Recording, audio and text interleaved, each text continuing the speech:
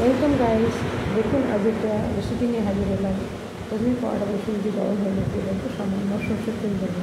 সর্ষের তেল দিয়ে এর মধ্যে আমি তেজপাতা আর একটা লঙ্কা দেবো, গোটা লঙ্কা দিয়ে তারপর আমি এতে দেবো একটু গোটা দিয়ে আর একটু আদা গ্রেট করে রেখেছি সেটাকে দিয়ে দেবো। এবার এটাকে দিয়ে আমি হতে দেবো, এটা হচ্ছে ফোড়ন দেবো। তা আমি এটা তৈরি করবো আজকে পেঁপে খুঁজছি। দেখুন প্রথম থেকে শেষ হলে না দেখলে বুঝতে পারবেন না, এটা একটা অসাধারণ খেতে লাগে। সব কিছুই তো শেষ থেকে যেতে হবে, সৃষ্টি চলছে তাহলে এইভাবে ট্রাই করুন, দেখুন অসাধারণ খেতে লাগে।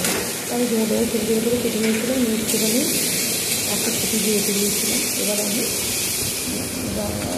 জলটা ঝরিয়ে রেখেছিলাম, নিয়েতে দিয়ে দিলাম, দিয়ে একটু নাড়াচাড়া করে নেবো। এতে দেবো একটু নুন দেবো, একটু চিনি দেবো আর একটু আমি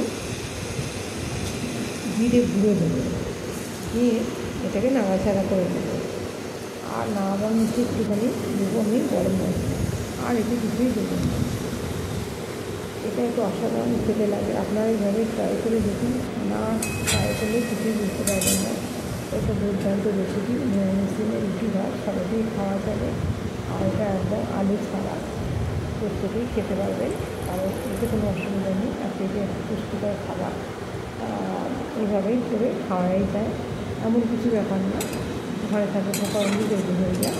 তো যাই হোক, এটা আমি এই সামান্য একটু জল দেবো, দিয়ে জলটা দিয়ে যাইটুকু জল দিতে উঠতেই বাকিটা সেদ্ধ হয়ে যাবে।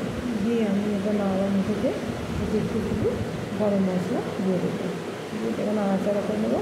এটা একদমই শুকনো শুকনো করবো, একদমই জল রাখবো না। নিয়ে এটা শুকিয়ে এসছে, আর একটু নাড়াচাড়া করে নিয়ে আমি নামিয়ে ফেলবো, নামিয়ে রেখে দেবো। এটা রুটি ভাত যে কোনো কিছুর সঙ্গে খেতে পারা যাবে। কেমন লাগলো রেসিপিটা? যদি ভালো লাগে একটা সাবস্ক্রাইব করুন, পাশে থাকবেন, লাইক করুন, করতে ভুলবেন না। আজকের রেসিপি আশা করি আপনাদের কাছে খুব ভালো লাগবে।